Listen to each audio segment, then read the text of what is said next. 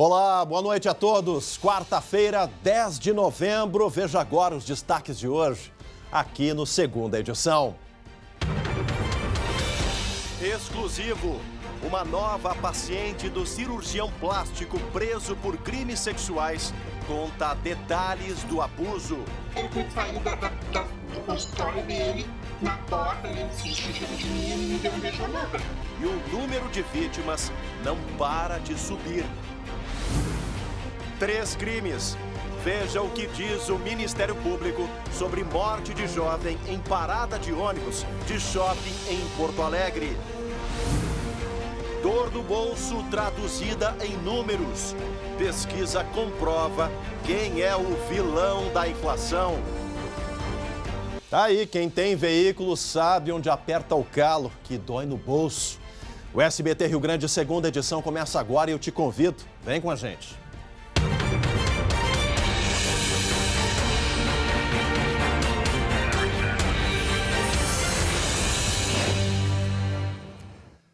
E atenção, porque subiu para 12 o número de vítimas que procuraram a polícia para denunciar o cirurgião plástico Estevão José Rodrigues, de 68 anos. Ele foi preso de forma preventiva ontem, aqui na capital gaúcha, por importunação sexual e porte ilegal de arma de fogo. Eu vou direto para a redação conversar com a Gabi Lerina, que está acompanhando esse caso e conversou com mais uma mulher, mais uma vítima do médico. E tem os detalhes pra gente. Minha amiga, boa noite. Oi, Chemali, boa noite pra ti e a todos que nos acompanham. Uma história exclusiva aqui na tela do SBT. É o seguinte, Chemali, essa mulher que eu conversei, ela passou por um procedimento com o Dr. Estevão no ano de 2019. Ela procurou o cirurgião plástico para fazer uma reparação na altura das mamas. Ela tinha excesso de pele. Ela então fez esse procedimento. 2 meses depois dessa operação, ela disse que notou que uma das mamas estava diferente na altura da outra. Voltou até o consultório do Dr. Estevão e pediu para que ele reparasse, para que ele refizesse algo. Ele então sugeriu que ela fizesse uma lipoaspiração, retirasse um pouco da gordura da lipo e colocasse nas mamas para que elas ficassem em simetria, ou seja, equilibrada. Só que daí, de acordo com esta mulher, novamente o resultado não ficou como ela desejava. E aí, Chemari, ela disse que além disso, além dessa condição, dessa segunda operação, ela também ficou com dores em uma das pernas. Consultou um outro especialista que afirmou que tinha sido resultado desta lipoaspiração. Então ela acusa o Dr. Estevão de erro médico. Mas não é só isso não. Ela disse que na última consulta ele a assediou. Vamos ouvi-la. Ele saiu do consultório dele, na porta, ele se despediu de mim e ele me deu um beijo na boca. Ele pega com as 2 mãos da gente, uma mão em cada lado do rosto, né? E beija. Diante desta atitude, esta mulher que prefere não ser identificada, ela ficou paralisada e bastante revoltada. Chemali, ela então voltou para casa e a próprio punho escreveu uma carta. E nesta carta ela traz então as denúncias que ela encaminhou, foi presencialmente lá no CREMERS, que é no Conselho Regional de Medicina do Rio Grande do Sul, aqui em Porto Alegre, e entregou essa denúncia que nós estamos vendo a partir de agora. Olha só, resumindo, quais são as denúncias que ela levou até o CREMERS. Ela fala então em erro médico, em assédio, em cirurgia em ambiente não apropriado, sem anestesia, sem uma funcionária para auxiliar o Dr. Estevão, que o Dr. Estevão trocou de roupa na frente da paciente e também indução a novos procedimentos em hora inapropriada. Nós também, Chemari, tivemos acesso ao resultado dessa sindicância. Lembrem que essa foi uma denúncia feita em 2019 e o resultado dessa sindicância do CREMERS data de janeiro de 2021. Também tivemos acesso com exclusividade a essa decisão. Esse documento traz o seguinte: diz que o médico foi procurado para dar explicações sobre as denúncias ao conselho e que o Dr. Estevão atendeu a todos os pedidos de reparação da paciente. O doutor negou que a paciente tenha reclamado de dor e negou também essa acusação de assédio. O conselho, então, optou por arquivar a denúncia, está ali logo abaixo a decisão. A conclusão assinada por um conselheiro diz que o médico apresentou documentação e que denota a condução adequada para a paciente. Nós então, Chemali, entramos em contato hoje à tarde com o CREMERS. Gravamos uma entrevista com o vice-presidente do Conselho, Dr. Eduardo Trindade, e ele nos explicou a seguinte situação. Disse que não tem acesso a essas sindicâncias, que elas correm sob sigilo, e que se uma denunciante não ficou satisfeita com a conclusão dessa sindicância, ela deve então recorrer ao Conselho Federal de Medicina. Esta vítima também me disse, Chemali, que em nenhum momento o CREMERS teria dito para que ela voltasse presencialmente até o conselho. Foi o que ela me disse, tá? Eu questionei o CREMERS e eles me disseram, o doutor me disse, que esta é uma situação facultativa, ou seja, o CREMERS diz que a pessoa, a denunciante, pode ou não ir presente até a sede do conselho. Vamos ouvir então o que disse mais o doutor quando eu perguntei se por acaso poderia haver, quem sabe, uma proteção entre os médicos. Os bons profissionais querem cada vez mais se ver livre dos maus profissionais. Só que nós não podemos antecipar nenhum tipo de julgamento, a gente não pode fazer uma condenação sumária, nós temos que seguir todos os ritos. Chemali, e amanhã trago aqui novos depoimentos de mais mulheres que se dizem vítimas do Dr. Estevão. Agora, Gabi, o que mais me choca é que essa narrativa dessa nova denúncia, ela é muito parecida com a denúncia lá do Dr. Klaus. O número de vítimas começa a subir a partir do ingresso da imprensa, e aqui o SBT está aberto a isso, né? É um canal de comunicação para receber essas denúncias. A nossa produção, Mônica Rossi, a Yasmin, estão em contato com essas mulheres que se encorajam com a nossa reportagem e levam essa denúncia adiante. Evidentemente, pedem sigilo, algumas têm um trauma, uma vergonha, mas a narrativa é muito parecida. O modus operandi, né, a forma de agir dos dois médicos é muito parecida. Por isso, todo o rigor, toda a transparência do Conselho Regional de Medicina precisa ser mais célere, inclusive. E lá em 2019, conclusão da sindicância só em janeiro de 21, parece que há um gap aí, há um espaço muito grande para dar um retorno para essas pessoas que procuram. A Polícia Civil está trabalhando, as provas estão sendo coletadas e a gente continua acompanhando. Mas essa denúncia amanhã, como disse a Gabi, tem mais um outro depoimento aqui no Segunda Edição. E olha essa informação de agora. 3 pessoas foram denunciadas pela morte da vendedora Cristiane da Costa dos Santos, 20 anos, aqui em Porto Alegre. Lembram desse crime? Ela foi morta em um assalto enquanto esperava o ônibus depois de sair do trabalho em uma loja, no Barra Shopping, aqui na zona sul da cidade. Os 2 homens e uma mulher, criminosos, vão responder por roubo seguido de morte e associação criminosa. A vítima foi morta na noite do dia 23 de setembro. Conforme testemunhas, 2 ladrões chegaram e anunciaram o assalto, pedindo celulares. A Cristiane teria ficado nervosa na hora para entregar o aparelho e foi baleada no peito, não teve a mínima chance de defesa. Tá aí a imagem da fuga, a denúncia do Ministério Público e o trabalho da polícia, que foi rápido. Infelizmente, é o risco que se corre na capital gaúcha, no nosso país, no nosso estado. Bandidos à solta, que trocam a vida de uma pessoa por conta de um aparelho celular. No mercado clandestino, lá no centro de Porto Alegre, qualquer um sabe onde comprar. Se você comprar, vai estar alimentando esse tipo de crime. E olha, você gosta de relógios famosos, marcas caras? Pois cuide do seu pulso na rua. A polícia investiga uma série de roubos de relógios de luxo aqui em Porto Alegre. Abordagens acontecem em avenidas movimentadas, também em áreas nobres. O criminoso chega de moto, para ao lado deste veículo e anuncia o assalto. A vítima tenta fugir, mas é perseguida, atropelada e depois derrubada no chão.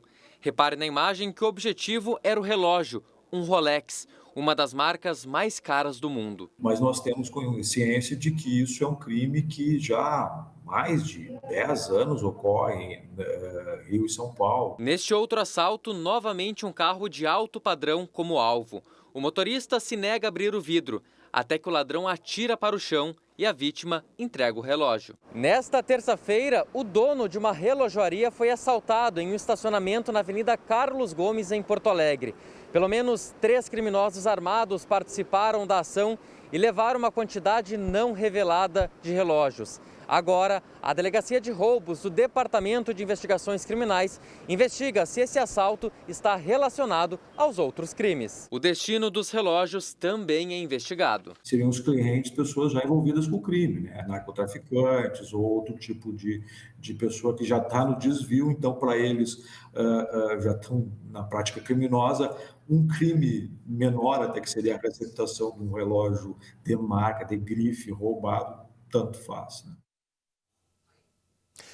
E agora a gente fala de um outro crime, um crime contra o nosso bolso, a inflação, gente. Do mês de outubro foi a maior para o mês em 19 anos. O preço de todos os produtos e também dos serviços analisados pelo IBGE apresentaram alta. O maior impacto veio, claro, dos combustíveis e também das passagens aéreas. E aqui em Porto Alegre, a Luciane Coman vai contar pra gente como foi o resultado dessa pesquisa do IBGE. Lu, tá complicado, né, Lu? A inflação tá nos mordendo. Passou dos 2 dígitos, minha amiga. Boa noite. Boa noite, Chemali, boa noite a todos. Pois é, tá muito complicado, viu? Aqui em Porto Alegre, o resultado de outubro ficou um pouquinho abaixo do de setembro, mas ainda assim acima de 1%. Desacelerou, mas nem tanto. Olhando para 1% não parece muito, mas quando a gente olha para o acumulado de 12 meses, a gente tem uma inflação beirando os 12% aqui na região aqui da Grande Porto Alegre. Isso é muita coisa, Chemali. E inflação alta significa menos poder de compra. Ou seja, produtos, serviços, combustíveis, energia elétrica, tudo sobe de preço, mas a renda do trabalhador fica no mesmo patamar, né? É bem complicado. Veja na reportagem. A estação de aluguel de bicicletas em frente ao trabalho motivou José a trocar o transporte por aplicativo pela bike. Agora, o designer gráfico paga por mês quase o que gastava diariamente para andar de carro. A gente percebe que a gente acaba gastando, que a gente gastava muito e gastaria muito mais com o preço atual da gasolina e dos aplicativos, né? Então, acaba sobrando um pouquinho mais assim no bolso no final do mês. Se está caro para o passageiro, também está pesado para o motorista. Os combustíveis foram os vilões da inflação de outubro. A gasolina subiu pela 6ª vez consecutiva. No ano, a variação é de quase 40%. A gente tem que caminhar mais e andar menos de carro, né? Hoje eu passei nos postos olhando onde é que eu vou abastecer, porque faz diferença. Inflação no solo e nas alturas. As passagens aéreas também foram destaque negativo, com alta de 33%. O preço de todos os produtos e serviços analisados pelo IBGE apresentou alta, o que levou a inflação a alcançar o maior nível para outubro desde 2002. O índice acumulado dos últimos 12 meses segue acima de 10%. Este economista da Fundação Getúlio Vargas alerta que o preço da gasolina vai impactar também no índice de novembro, por conta do último reajuste. E diz que o ano deve terminar com inflação de 2 dígitos. De novo, nós vamos ter aí uma pressão inflacionária que vai levar essa taxa acumulada em 12 meses a fechar o ano em torno de 10% mesmo. O que antes era uma estimativa, agora está se confirmando como realidade. Hora de esporte, olha, daqui a pouco tem briga boa, tem clássico gaúcho, Inter e Juventude se enfrentam lá na Serra pelo Campeonato Brasileiro. Uma vitória para o Inter vale a chance de ficar mais perto da classificação para a Libertadores. Mas o jogo é contra o Juventude, que briga com o Grêmio para fugir do rebaixamento. Se perder, o Inter pode prejudicar um pouco mais o rival. Tem Colorado dividido, mas no vestiário o discurso é de confiança, ainda mais depois da vitória no Grenal. Traz bastante confiança pra gente, a gente vem de uma grande vitória, né? Foi muito importante para passar confiança para todo o grupo. A gente vai muito forte aí, muito unido para esse jogo, que vai ser muito importante para a gente. Os gremistas vão ficar atentos aos jogos dessa noite. Isso porque o tricolor fez o dever de casa. Venceu o Fluminense na Arena. Será que agora tem luz no fim do túnel? O vice-presidente de futebol do Grêmio falou com a gente. A nossa situação é muito difícil, nós não podemos passar falsa ilusão para o torcedor, mas nós acreditamos. E claro que teve um pitaco de provocação. O Patrick tem todo o direito de fazer, ele jogou 17 Grenais, ganhou 2, ele tem todo o direito. Se eu estivesse no lugar dele, eu faria a mesma coisa. A chance para o tricolor comemorar de novo é no sábado, quando enfrenta o América Mineiro. E ainda hoje, aqui no Segunda Edição, número preocupante. Metade dos jovens está em atraso, sem a segunda dose aqui no estado. E também, que invasão foi essa, em Gabilirina? Olha, Chamali, uma invasão muito diferente. São vacas que invadiram uma escola lá em São Leopoldo. Claro que eu conto essa história depois do intervalo.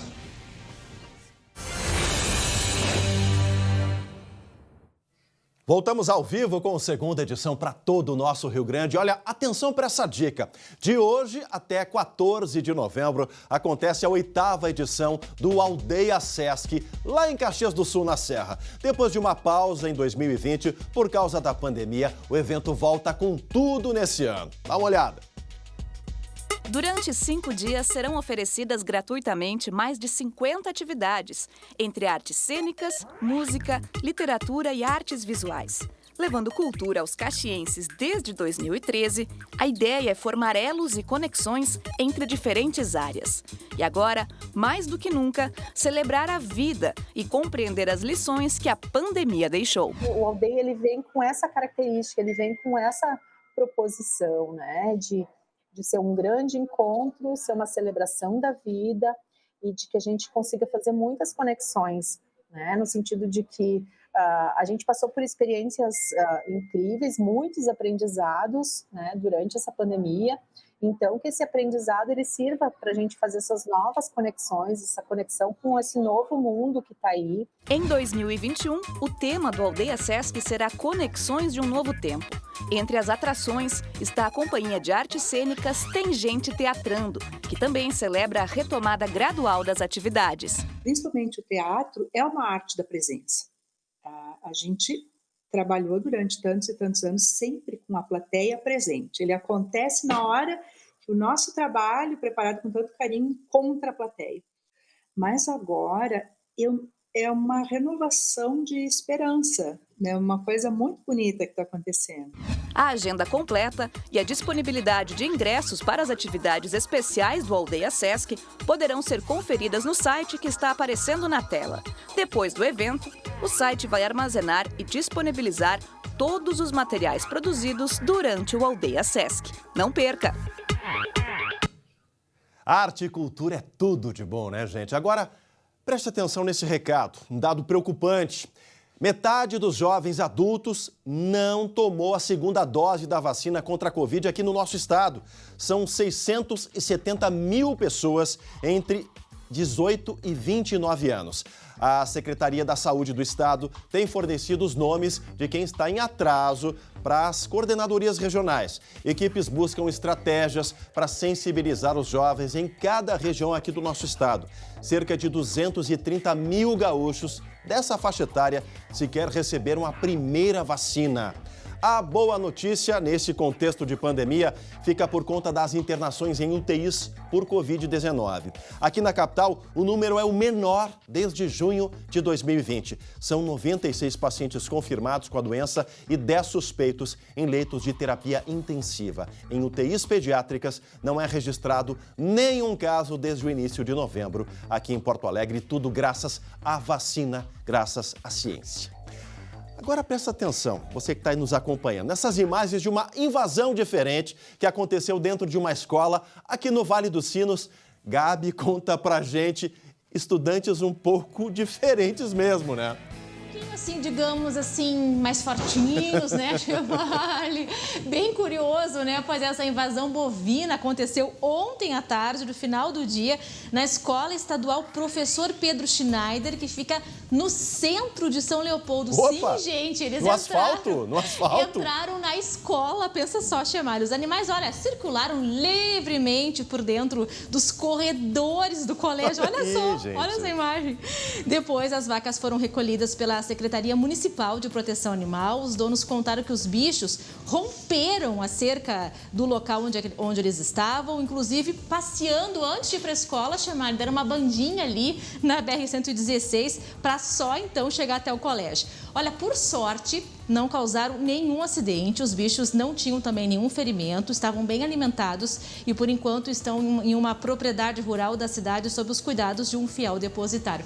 Mas é ou não é curioso, Chemali? Claro que é em tom de brincadeira, né, minha amiga? Mas até os animais sabem que a educação salvou o mundo, né? Já foram pensou? pro lugar certo, né, Gabi? Olha lá, é verdade. Ainda pensa só o tamanho, Chemali. Já pensou chegar no colégio e te dar de cara? Oh, já pensou? Curioso, né, Chemali? Muito curioso. Valeu, minha amiga. Até amanhã, Gabi Lerina. A todos, obrigado pela audiência.